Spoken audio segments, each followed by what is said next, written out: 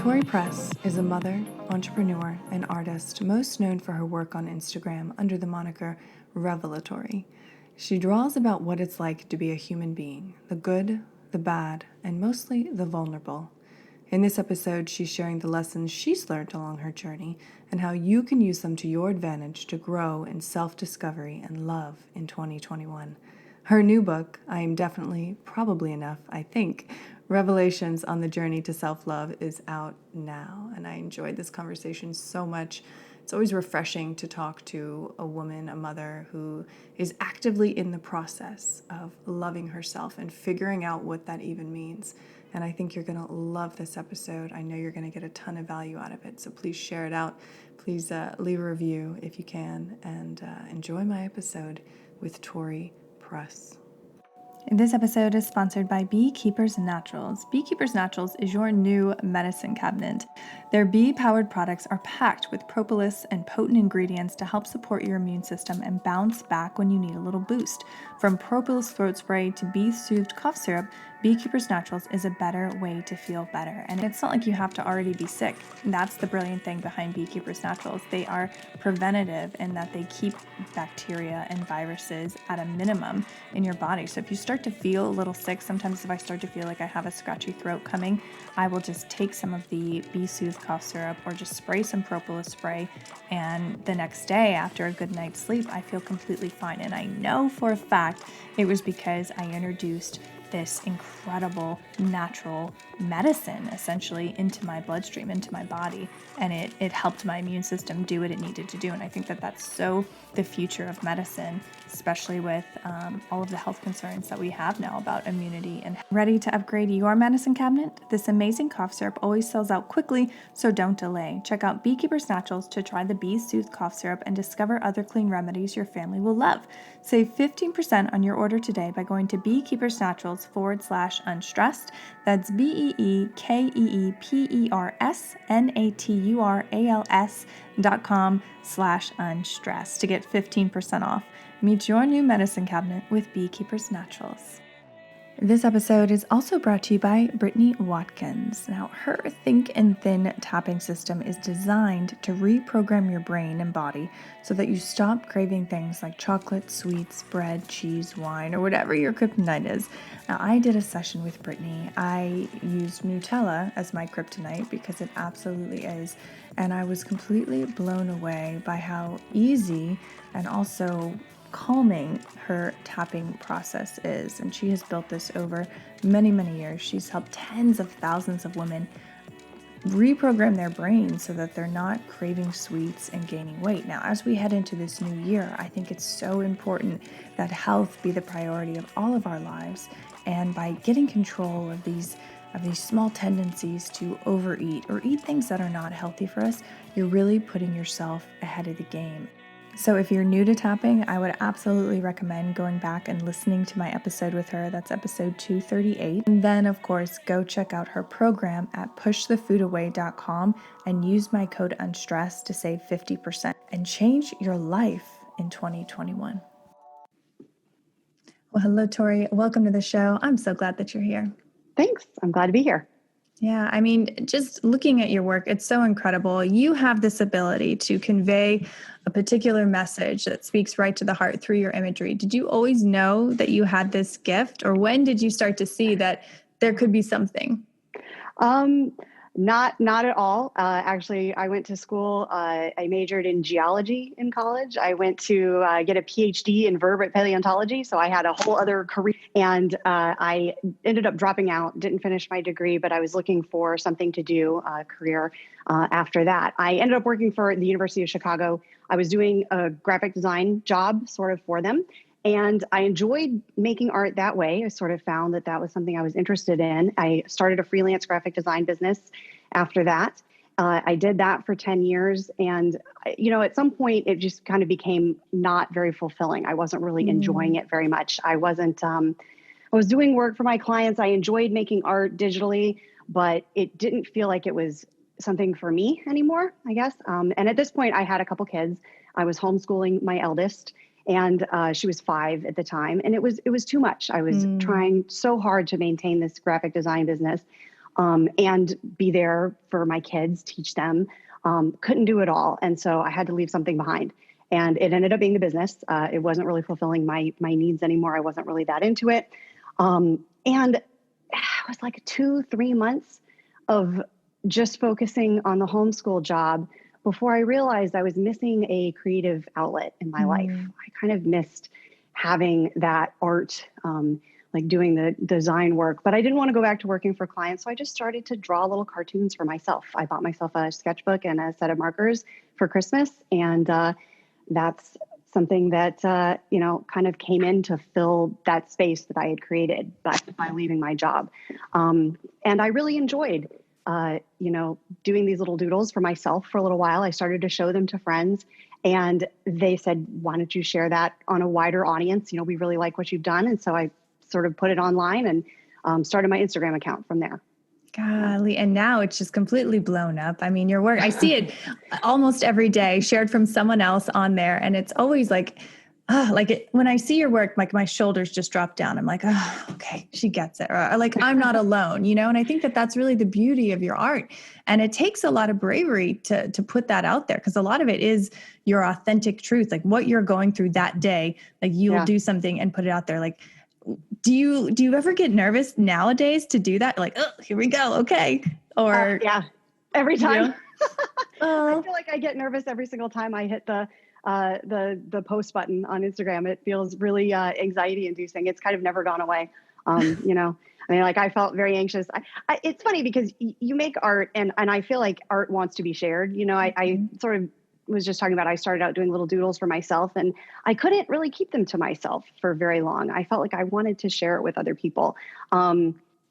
And it feels really good to have somebody resonate with what you've written. And it felt good to me to have people kind of give that back and say, oh my gosh, I know how you feel. Cause I was like, oh, wow, I'm not actually alone in this feeling. Yeah. I mean, when you were a little girl, did you draw? I mean, where did because you go from, you're in this PhD program and then you're doing graphic design. Like, where's the bridge there? Like, had you always been into art before? So I did do cartoons. I drew as a kid. I liked it. It was sort of something that was always a hobby and a fun thing to do. I mean, when I say I would draw little cartoons for notes and my friends that I passed them to high school, right? Or something to hang on my dorm door. It was never anything that was a serious pursuit. It was always a fun hobby. But isn't it funny that, sometimes something that is just a passing childhood interest, like it was kind of always there in my life. Like I can look back and say, oh, I drew cartoons. I took a cartoon camp when I was 10. I sort of never felt like it could be a serious career. I felt like I had to go and get the prestige degree, the PhD, and follow that. But I don't think it was what was really in my heart. And I think that it shows by the fact that when I was kind of floundering, looking for a job after dropping out of grad school, I found something that was oriented to art. So maybe it was a voice that was speaking all along, but I didn't know how to listen to it. It took me a while to hear it. Well, and it's almost like you have to get still, you almost have to be in this realm where you don't know what the next step is. And then all of a sudden, like your true path, your true purpose is revealed. I mean, what do you remember like the time where you were like, okay, I'm going to buy these art supplies for Christmas for myself? Like, I mean, there must've been something pushing you to make that decision. So I think that I really missed creating. And I think that I recognized that at the time, like I was really tired of making art design according to somebody else's wishes. But I thought, what's a way that I can do it just for myself? I thought that I didn't want to do it anymore at all. But then when it was totally gone, I said, wait, something's missing. I had a friend when I was in Atlanta. I used to live there many years ago. And that's where I started. Oh, is it really? Yeah. That's funny. I was born and raised. Both of my children there too. Yep. We're born in Atlanta. Anyway, I had a friend who we would collaborate on design projects sometimes. And I would see him at a Starbucks shop and he had a notebook in front of him and a bunch of markers and he would just be doodling and he would put his little arts, he would share it just with his clients and anybody else that he encountered. It was days long before Instagram. And that I thought about him, I thought, he's a designer too. What's another way that he lets his creative side come out? That's something I can do. It was like a $20 spend. And why not try? Wow. What did your oldest think? How old was she when you started creating these designs? It's been 4 years. So she's 10 now. So she was 6. And both of my kids really liked that I would sit down at the table and make art with them. They enjoyed kind of seeing me do it, and they would kind of join me and be inspired. So we like to have art time together. Yeah. I love that. Yeah. Oh, I love that so much. I love to do similar, not on your level, but just put on some music and just have some markers out and crayons, and we'll all just kind of be doing our own thing, even for 15 minutes. It doesn't even have to be. I mean, that's kind of the joy of it, right? We were sitting down at the dinner table and I was drawing just little doodles of my dog doing different things for them last night. And we were just laughing and having, it doesn't matter. It's just it's a way to connect. It's a really great way to connect with kids. Yeah. And as much as we're all together now because of the pandemic and quarantine, it's I almost feel like we're not really connecting. We're together all the time, but we're not really connecting and looking into each other's eyes and really having these conversations. That's a great outlet, I think, to do that. Yeah, it is. It's been a lot of togetherness, and my kids my eldest is 10 and my youngest is 7. And we've really had a hard time between me being the teacher, me being also kind of the friend, sort of trying to fulfill so many of their needs. We've been very shut down. They're going to school virtually. The next room over, they're in class right now. And it's nice to have something that's sort of undemanding and free. It doesn't matter. Art, you're just doing something for fun, just to create. And so it's a wonderful outlet. Yeah.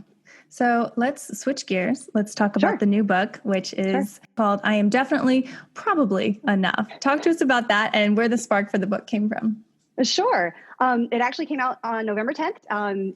It's on Amazon and Barnes & Noble. It's in Target stores. And I was working on it. It's kind of a funny book to me now because I wrote it about a year ago. It was actually due to be released in May. But we had a whole lot of things happen between October 2019 when I finished writing the book and November 2020 when it finally came out. At the time, I had just finished doing kind of a project on my Instagram called The Summer of Self-Love. And I was thinking a lot about this topic of being able to culture and nurture self-acceptance, self-love, and what that looks like for everybody. And so the subtitle of the book is Revelations on the Journey to Self-Love, because that was the one thing I learned from that project. Everyone is on their own individual journey. It looks very different. Everybody has different things that they need to work on or that they want to work on accepting about themselves.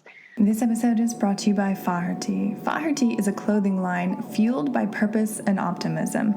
For them, life and work are both family affairs. The company was actually started by 2 brothers, twins to be exact, and they melded their love of fashion and business acumen into a brand that was not only beautiful and well done, offering you clothing that's going to last a lifetime, but also that's doing it in the right way for the client, for the planet, for everyone involved. And I think, now we know how destructive the fashion industry can be for the planet. And Faherty is taking such a progressive stance for fashion, for doing things the right way. And so I'm so honored to work with them and to share their clothes with you. And of course, if you're listening to this, I'm going to get you a good deal. With the code Motherhood Unstressed, that will save you 25% off everything on the site. You click the link in the show notes, that'll automatically apply the 25% off on your order. Or if you're doing this later, just add Motherhood Unstressed at checkout. So the book was sort of born out of that project, I would say. It tells the story of my personal struggles on that particular journey, which are things like negative self-talk, dealing with anxiety, depression. It tells a little bit about my journey in therapy and how that's helped. It's just a nice kind of little package, little inspiring gift book about finding those things you're seeking in yourself. I love that because it really is something that you could just open up every day and just connect with and really connect with yourself and be like, okay, where am I today? Because I was listening to something the other day. It's like we change by the millisecond.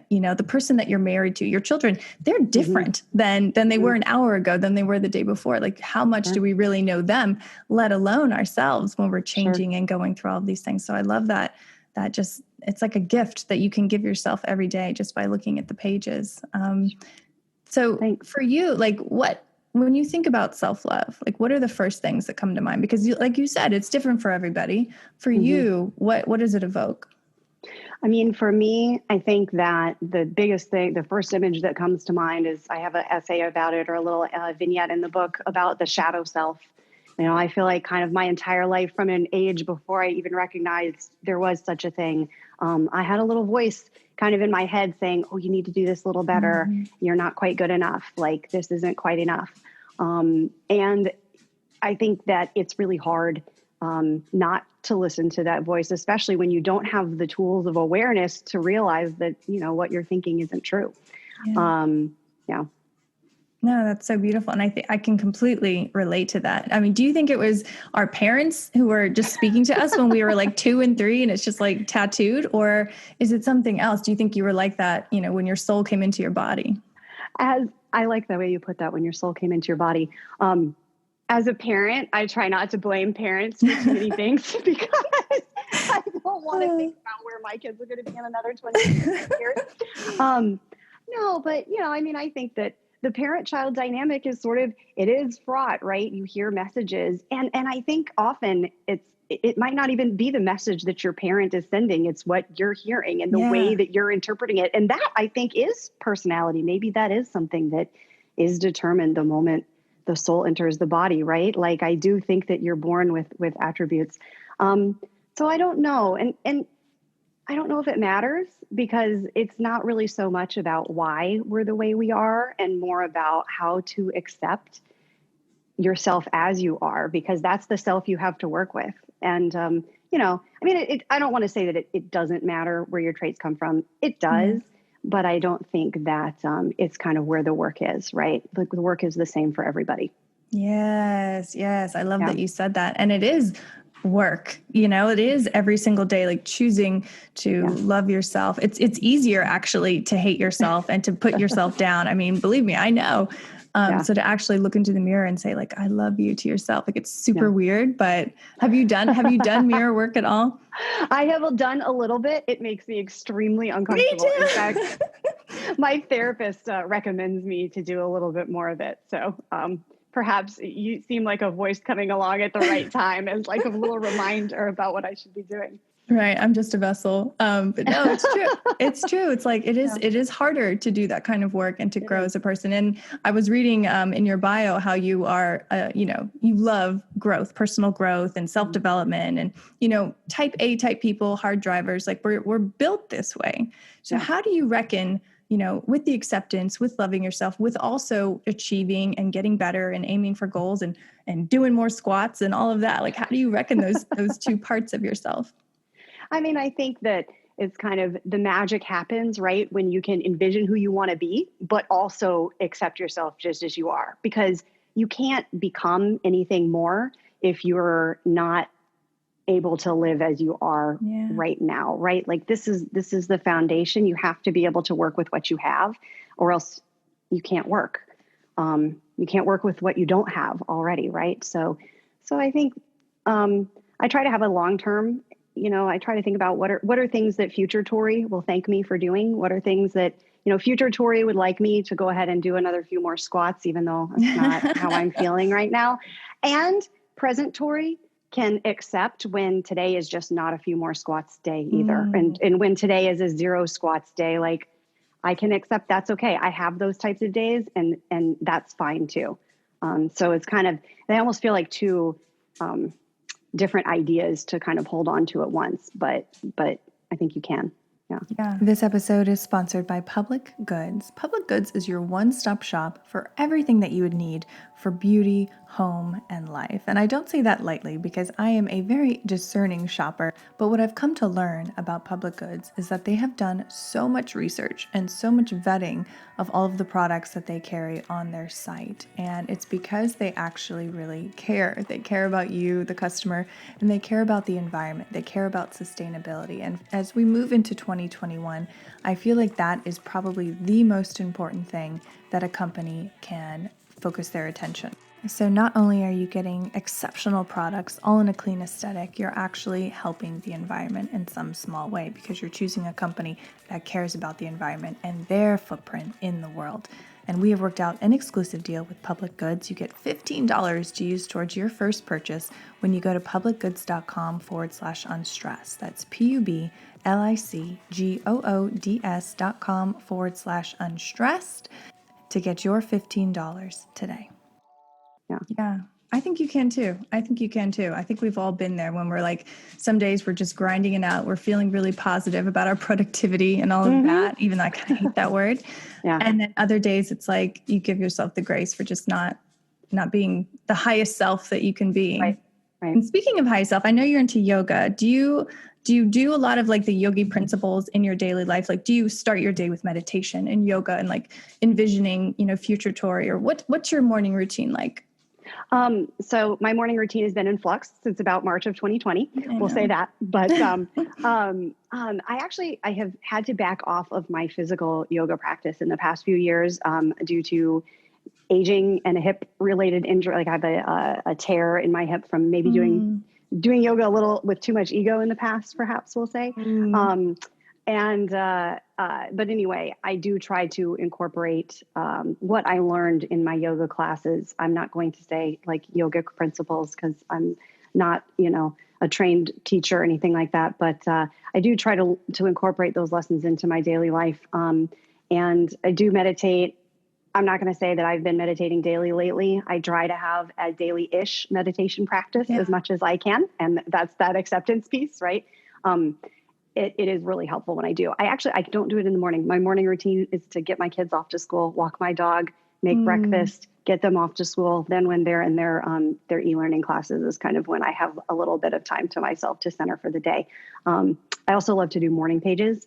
They're really wonderful. I don't know if you're familiar with it. Yep. The Artist Way is so great. And morning pages have been a really fantastic outlet for me. So I do those ish as well. I love that. That's something like, I'm glad that you just said that because that's something I used to do consistently and I haven't. Yeah. So I think we're helping each other today. Maybe we can give each other some accountability. Yeah. And the listener too. I can't tell you though, how many times Julia Cameron in Morning Pages has come up from guests over the years. Yeah. I mean, it's like, she has touched so many lives with those books that she put out with her thoughts. And it's almost, it's like a balm to every artist out there who just needs like a nourishing push, to really tap into that artist within, that we all have. Yeah. She talks about the shadow artist. And when I read that, I said, oh my gosh, it's me. And for those who are listening, who don't know, the shadow artist is, if you're somebody who really wants to make art, maybe you're like me, a kid that drew cartoons all through childhood and, high school and college, but you feel like you can't really pursue that as a career. You turn to something that's the next best thing, which in my case was graphic design. And that's what I was doing for 10 years. It was a way to have art in my life without admitting to myself and taking the risk and the plunge that I wanted to actually make original art. Yeah. So she has a lot of I'm just listening to you. Like, I just got chills because it's like, how many people out there are afraid to take that plunge, to put themselves out there, to put themselves on paper. And it's not going to be good necessarily, the first go around. How long did it take you before you were like, okay, I got this, I have my style? Do I still? I feel like my style is still developing. It's funny. I was thinking about this today because I have been working on an iPad doing a little bit more work digitally. And I was like, oh, this is a little different. So I started out drawing Rumi quotes and just women in different yoga poses, or song lyrics. And so it wasn't anything with an intent to sort of become telling my therapy story in comic form or anything. That was never the goal.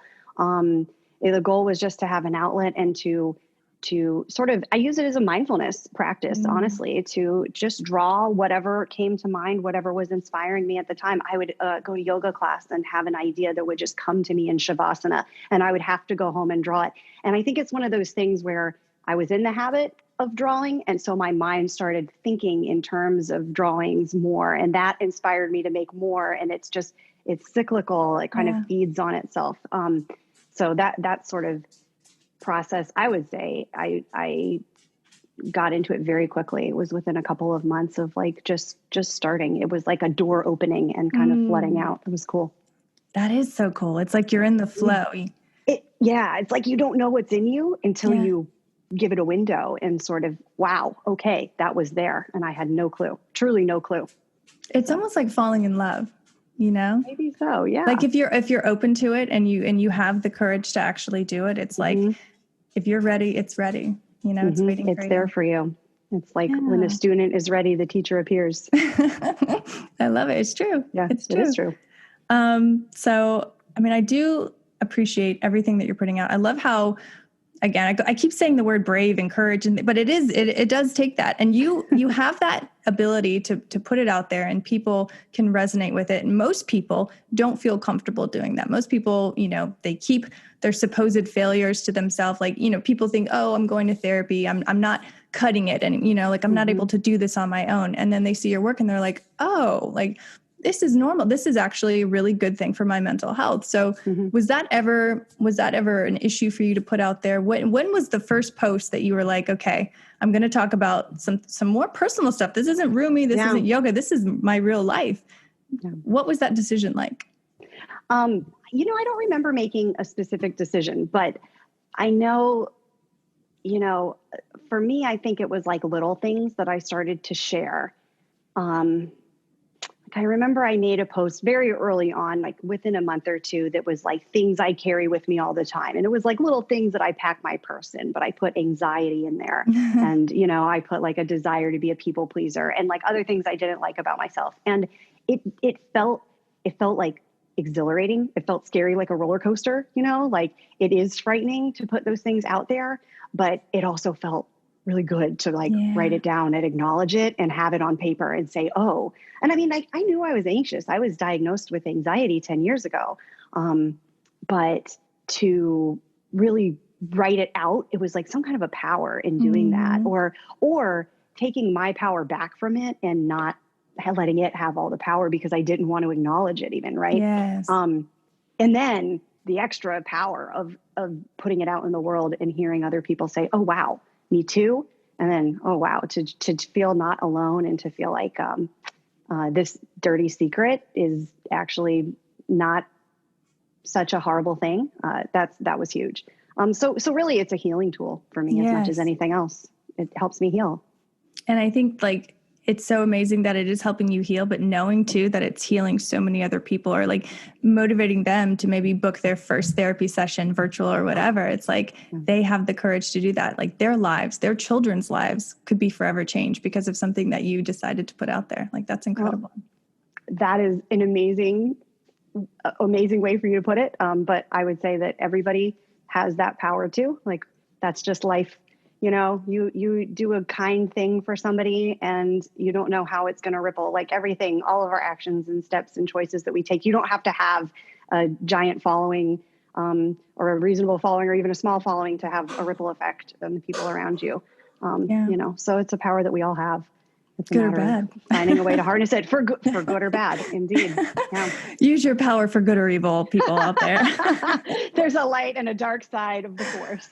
It's so true. And I think too, like artists especially, you feel so much deeper, you know, you really like your emotions are just raw sometimes. And I think that's why people who are drawn to art, like they're exactly doing what they should be doing because they are just these beautiful souls, you know, who feel so much. I mean, what do you struggle with personally as an artist? You know, combine that with being a mother, combine that with, you know, you're a full-time worker, you have kids in the house. What do you struggle with? And then how do you rectify that? How do you right the ship when it kind of goes down? Oh gosh.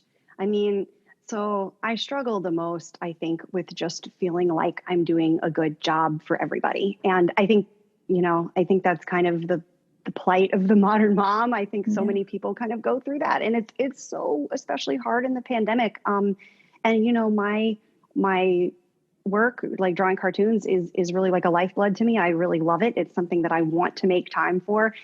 So it's just really hard to. I struggle with finding time for that without taking away time from my kids, from my family, kind of being there for them as much as they need. And again, you know, in the pandemic, being teacher, wearing more hats, you know, being kind of their buddy and their friend and playing video games. So, you know, there's a lot of times, actually, one of the reasons I recently switched to doing work on an iPad is because now I can give up more of my time during the day and I can just sit in my chair. It's not like I need a big desk and set up in watercolors. I can kind of come up with ideas while I'm watching TV with my husband at night.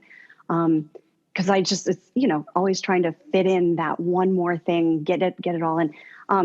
But I think the answer to sort of that feeling, that struggle is just acceptance. And like, whatever I got done today is what I got done today. And, you know, we're all having our needs met. We're very fortunate that we have a home. We're very fortunate that we can work from home. And, you know, as long as everybody's eating and going to school and getting their teeth brushed, like everything on top of that like I can accept. And so just kind of being kind to myself when I have a bad day or I don't get much work done or I lost my temper, you know, whatever comes up. I know. To be able to work through it. Yeah, that's so beautifully said. And I think everyone listening to this is going to be like, yes, like I'm the same way. Like literally today, like I was in tears because I, you know, was doing all this stuff. The kids needed me. Like I felt completely overwhelmed and I hadn't cried in a long time. And I was just like, oh, you know, like just complete overwhelm. But then after I was like, okay, you know, I can go back in now. I can, like I said, right the ship and try to get this, you know, on again. Yeah. Yeah, I had that day about a week and a half ago where I just lost it and sobbed at my desk for about a good 30 minutes. And it was cathartic. Yeah. And that's what you can do. You have to process your feeling and accept it and then right the ship and go about your day. And yeah, that's what we all do. Yeah, because I think the alternative, you know, holding it in, being the stalwart parent, you know, like probably our parents were a lot more like, I never saw my parents break down or even fight. It was just always, you could feel the energy, but you never really saw it. Right. I don't know. I don't know what's better, honestly. There's maybe some good in between. Yeah. You know, what I try to tell myself, and this is part of the acceptance piece, is just that sometimes my kids see me being human. And that means they see me having really big human emotions. And I think it's good. I mean, you know, I think my mom was always really good at telling me to accept like my tears. She would talk about how good it felt to have a good cry. And I really appreciated that because it was like, okay, it is normal to have a big, good cry. And so my kids can see like, I'm not perfect, but I'm not trying to, I don't think that maybe our parents' generation had an idea that you have to project an image of perfection in order to be a good parent and teach your kids how to be, right? Like how to instill in them good morals. But I think it's also about teaching them empathy and kindness. And you're the first person that they get to practice on, right? You can go and let them be real about your feelings. And that's how they learn to have self-kindness and empathy for their own feelings and to empathize with the other people too. Oh, I love it. Well, you are obviously teaching that to your children. You're teaching it to the world through the work that you're doing. You are. No, you are. You can't not, because that's who you are. I think, you know, you embody that completely. I love that. Okay. So we are almost out of time, but I do have some rapid fire questions for you to round it out. Okay. Everyone always looks so scared. Rapid fire is just, you know, that's what is pie? Word. No. Oh, no. These are good. Okay. Self-love is acceptance, being able to be comfortable with the person that you are. I'm grateful for my family and having all of my family, my health. It's hard to say anything else in 2020. Yeah. And last one, what's something that you've learned in life that you wish someone would have told you earlier on? Don't believe everything you think, which is a phrase that when I learned it, I had to cut it out. I put it on construction paper and stuck a note to my fridge. And I think that if I was younger, in my younger years, if anybody had told me I didn't have to believe every anxious thought that popped into my head, that those things weren't all true, I think it would have helped me out a lot. But I'm working on figuring it out now. Hey, every day. I'm right there with you. Thank you so much. Thank you for your you. book that's out now. Thank you for the work that you do every day, showing up every day for us, all of us mamas out there. Thank you, thank you, thank you. Thank you for having me. It was a pleasure to chat with you. Yeah. You have been listening to the Motherhood Unstressed podcast, and I'm your host, Liz Carlisle. Thank you so much for tuning in. I'm so grateful that we got this time together today. And if you love this episode, I would so appreciate it if you would share it out on your social media. Make sure to tag us at Motherhood Unstressed. Connect with us at Motherhood Unstressed. I'd love to connect with you and see where the work has gone in the world. And make sure that you subscribe so that you never miss out on an amazing interview with an incredible guest or our weekly guided meditations every Wednesday.